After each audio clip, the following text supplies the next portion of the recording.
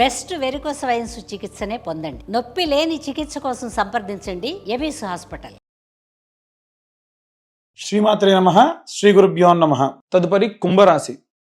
కుంభరాశి వారికి సంబంధించి ఈ యొక్క రుచక యోగం అనేది యోగిస్తుందా, నష్టంగా ఉంటుందా అనేటువంటి విషయాన్ని ఇప్పుడు మనం తెలుసుకుందాం. ముఖ్యంగా ఇక్కడ మనం 3 విషయాల్ని పరిగణలోకి తీసుకోవాలి. కుంభరాశి వాళ్ళకి యోగిస్తుంది, ఎలాగో చెప్తా వినండి. కుంభరాశి వాళ్ళకు రాష్ట్రాధిపతి శని ఒకటి, శని పాపగ్రహం. ఓకే, రాహు కూడా పాపగ్రహం. వీళ్ళిద్దరికీ ఏమంత పెద్ద గొడవలు ఉండవు. ఒకటి, ఇక్కడ రుచక యోగం అనేటువంటిది జరుగుతుంది. అది దశమ స్థానం, లాభస్థానం. ఇక్కడ కూడా కుజుడు పాపగ్రహం. సో ఇక్కడ పాపగ్రహమే, వీరి రాష్ట్రాధిపతి పాపగ్రహమే, ఇక్కడ ఉంది పాపగ్రహమే. కాబట్టి ఏమవుతుంది అని అంటే, రాహు లగ్నంలో ఉన్నప్పుడు లేదా రాహు గనక స్వీయ ఆ యొక్క వారి రాశిలో ఉన్నప్పుడు అలవాట్లు లేని వాళ్ళకి అలవాట్లు అవుతాయి, మందు సిగరెట్లు అలవాట్లు లేని వాళ్ళకి అవుతాయి, అవి ఉన్న వాళ్ళకి ఇంకెక్కువ కూడా అవుతాయి. ఇంకేదైనా డ్రగ్ ఎడిస్ లాంటివి అయ్యే అవకాశం కూడా ఉంటుంది. ఒకటి అంటే అవకాశం ఉంటుంది. ఇదేంటిది మమ్మల్ని అందరూ డ్రగ్ ఎడిస్ చేస్తున్నారు సామి అని మమ్మల్ని తిట్టకండి. అవకాశం ఉంటుంది, జాగ్రత్తగా ఉండమని చెప్తున్నాను. కానీ డబ్బు కూడా అంతే సంపాదిస్తారండి. వాళ్ళకున్న అలవాట్లన్నింటినీ కూడా ఒక టైం పెట్టుకుంటారు, లేదా ఒక డే పెట్టుకుంటారు. వారంలో ఒక 2 రోజులు మనం వాటికి డబ్బు కేటాయించాలి, వాటికి సమయం కేటాయించాలి. మిగిలిన రోజులు మొత్తం కష్టపడాలి. ఎప్పుడైతే పాపగ్రహాలు ఇలా ఉంటాయో అప్పుడు ఏమవుతుందనంటే మనిషిని బాగా కష్టపడతాయి. ఎంత కష్టమైనా సరే శరీరం తట్టుకుంటుంది. అన్ని రకాలైనటువంటి ట్రాన్స్పోర్ట్స్, అన్ని రకాలైనటువంటి జోన్స్కి వెళ్ళడం, ఎవరెవరిని కలవాలో కలవడం, ఎవరెవరితో మాట్లాడాలి, ఎవరెవరితో మాటలు పడాలి. మీకు హైలైట్ ఏంటంటే ఒక ప్రొఫెషన్ ఉందండి, కేవలం వాళ్ళ పని ఏమిటంటే వాళ్ళు మాటలే పడతారు. కొన్ని హోటల్ ఇండస్ట్రీలో తప్పు చేసో డిపార్ట్మెంట్ వాళ్ళని పిలుస్తారు. నేను పేరు చెప్పడం నాకు ఇష్టం లేదు, ఆ డిపార్ట్మెంట్ పేరు, కానీ వాళ్ళని నిలబెట్టి తిడతారు. వాళ్ళ పని అదనమాట. అంటే ఏదైనా ప్రాబ్లం వస్తే వీళ్ళు సేఫ్ అవ్వడానికి ముందుగానే చెప్తారు, అది నీకు ప్రాబ్లం వస్తే నేను పిలిచి తిడతాను, జాగ్రత్తగా ఉండు అని. కాబట్టి వీళ్ళు అలా తట్టుకుంటారు. ఎవరన్నా తిట్టిన ఒక మాట అన్నా ఏం కాదు, మళ్ళీ లేద్దామని. సో అది కూడా చాలా గొప్ప విషయం. నీచభంగ రాజయోగము అని ఉంటుంది. అలాంటి రాజయోగాలు ఉన్నటువంటి వాళ్ళు ఇలా ఉంటారు. అంటే పాపగ్రహ సంచారాలు చేస్తున్నా, పాపగ్రహం యొక్క దశ నడుస్తున్నా ఏం కాదు, వాటిని తట్టుకొని చాలా ధైర్యంగా ముందుకెళ్తారు. ఇది కూడా ఒక మంచి యోగం అన్నట్టు. ఇంకా ప్రత్యేకంగా ద్వితీయంలో శని చండాల యోగం నడుస్తుంది. చెప్పినట్టుగా డబ్బు సంపాదిస్తారు. ఎక్కువ శాతం డబ్బు మీ యొక్క అలవాట్లకి లేదా వ్యసనాలకి డబ్బు ఖర్చు అవ్వచ్చు, జాగ్రత్తగా ఉండండి. అలాగే 6వ స్థానంలో గురువు. వారం రోజులు టైం టు టైం డిసిప్లైన్డ్గా అన్ని మెయింటైన్ చేస్తారు, దాంట్లో నో డౌట్. ఇంతకు మునిపే చెప్పుకున్నాం. వీళ్ళు వారం అంతా కష్టపడతారు, వారం ఆఖరిలో వారికి ఉన్నటువంటి అలవాట్లకి వెళ్తారు. అలాగే 7th హౌస్లో కేతువు. 7th హౌస్లో ఉన్నటువంటి కేతువు భార్యాభర్తలు ఇద్దరి మధ్యలో గొడవలు వచ్చేట్టుగా చేస్తారు, లేదా ఉన్నటువంటి పార్ట్నర్స్తో వాళ్ళ యొక్క రిలేషన్షిప్ దెబ్బతినేట్టుగా కూడా చేస్తారు. సో ఆ పరంగా కూడా జాగ్రత్తగా ఉండాలి. 8th హౌస్లో శని. రాష్ట్రాధిపతిగా ఉన్నటువంటి 8th హౌస్లో శుక్రుడు. రాష్ట్రాధిపతిగా ఉన్నటువంటి శని 8వ ఇంట ఉన్నటువంటి శుక్రుడితో చాలా సఖ్యతతో కూడి ఉంటాడు. కాబట్టి వీరికి ఏదైనా సరే మోల్డ్ అవ్వాలి, పరివర్తన చెందాలంటే చాలా ఈజీగా చేంజ్ అయిపోతారు. ఇంతకు మునిపే చెప్పుకున్నాం ఆ విషయం కూడా, వీళ్ళు ఎన్ని రకాలైనటువంటి వాతావరణాలు తట్టుకుంటారని. 9వ స్థానమునందు ఉన్నటువంటి సూర్యుడితో మాత్రం వీరికి అస్సలు బాగోదు. వీరికి కూడా దూర ప్రాంతాల ప్రయాణాలు అస్సలు అచ్చిరావు, యాక్సిడెంట్స్, సర్జరీస్ అయ్యే ఛాన్సెస్ ఉన్నాయి, జాగ్రత్తగా ఉండండి. 10వ స్థానంలో బుధుడు, కుజుడు. వ్యాపారం కానీ భూమి కానీ వీళ్ళకు బాగా లాభిస్తుంది. సో ఇప్పుడు నేను కేటగరైజ్ చేసి అన్ని చెప్పింది గోచారంలో భాగంగా.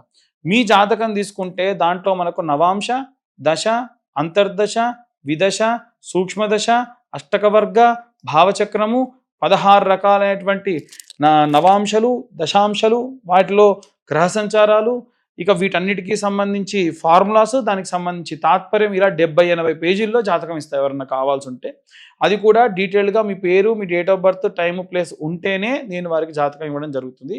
ఇక విశేషంగా అన్ని వర్గాల వారు కూడా ఏ మంత్రం చదివితే మంచిది, ఎలాంటి రెమెడీస్ తీసుకోవాలి అనేటువంటి విషయాన్ని ఇప్పుడు మనం తెలుసుకుందాం. ఇప్పటి వరకు మనం గోచార రీత్యా మీ రాశికి సంబంధించి మనము ఏం జరగబోతుంది, ఎలాంటి జాగ్రత్తలు తీసుకోవాలని చెప్పాం. ఏ మంత్రం చదవాలి అనేటువంటి విషయానికి వస్తే, రుచక యోగం అనగానే సర్ప సంబంధితమైనటువంటి మంత్రం చదివినా, ఏదైనా జపం చేసినా, అలాగే ఏదైనా సరే సర్ప సంబంధితమైనటువంటి రెమెడీస్ చేసుకున్నా చాలా బాగా కలిసి వస్తుంది. అందులో భాగంగా నవనాగ మంత్రం ఒకటి ఉంటుందండి.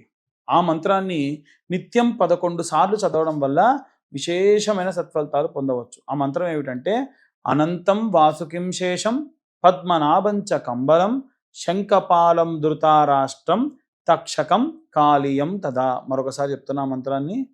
అనంతం వాసుకిం శేషం పద్మనాభంచ కంబలం శంఖపాలం ధృతారాష్ట్రం తక్షకం కాళీయం తదా. విశేషంగా పరమశివుడి మెడలో ఉన్నటువంటి వాసుకి దగ్గర నుండి పద్మనాభ స్వామి కింద ఉన్నటువంటి సర్పము పద్మనాభుడి వరకు, విష్ణుమూర్తి కింద ఉన్న సర్పం పద్మనాభుడి వరకు కూడా నవనాగులకు సంబంధించిన ఈ మంత్రం రోజు 11 సార్లు పఠించిన మాత్రం చేత విశేషంగా సర్ప సంబంధిత కుజదోషములు ఏమైనా ఉంటే కూడా పోవడం జరుగుతుంది. ఇవే కాకుండా ప్రతి మంగళవారం కూడా ఒక 11 మంగళవారాల పాటు ఈ కార్తీక మాసంలో, ఈ యొక్క నవంబర్ మాసంలో ఉన్న మంగళవారం నాడు ప్రారంభించి మీకు దగ్గరలో ఉన్న పూజా స్టోర్స్లో పుట్టమన్ను అనేది దొరుకుతుంది. మనం ఏదైనా వాల్మీకి విచ్ఛిన్న దోషం కానీ, ఏదైనా సర్పాన్ని సంహరించిన దోషం ఏమైనా ఉంటే కూడా అవన్నీ దోషములు కూడా ఈ యొక్క పుట్టను కూల్చడం వల్ల, పామును చంపడం వల్ల వస్తుంది. కాబట్టి పుట్టమన్ను తీసుకొని పోండి. ఏదైనా పూజా స్టోర్కి వెళ్ళి పుట్టమన్ను అడిగితే ఇస్తారు. అది 30-40 రూపాయల్లో ఉంటుంది. ఆవు పాలు తీసుకెళ్ళండి. చాలామంది ఈ మధ్యకాలంలో అడుగుతున్నారు, ఏంటండి పాలు పోయగానే పాము నోరు తెచ్చి తాగుతుందా అని అడిగారు మొన్న ఒక ఆయన.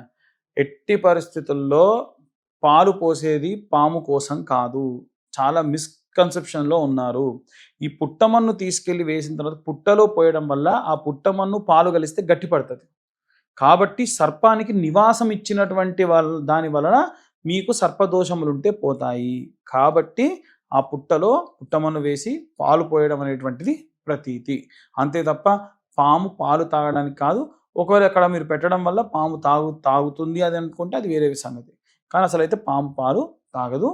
మీరు మామూలుగా నైవేద్యంగా అక్కడ పెడితే ఏమో చెప్పలేం. దానికి ఎప్పుడన్నా సరే క్షీరంని నీరు అనుకొని వచ్చి తాగేటువంటి సందర్భాలు ఉండొచ్చు కూడా. కానీ మనం పోసేటువంటిది మాత్రం, పుట్టలో పోసేది మాత్రం దాని యొక్క నివాసం కోసం. దీనివలన కూడా సర్పదోషములు, కుజదోషములు ఏమైనా ఉంటే విశేషంగా పోవడం జరుగుతుంది.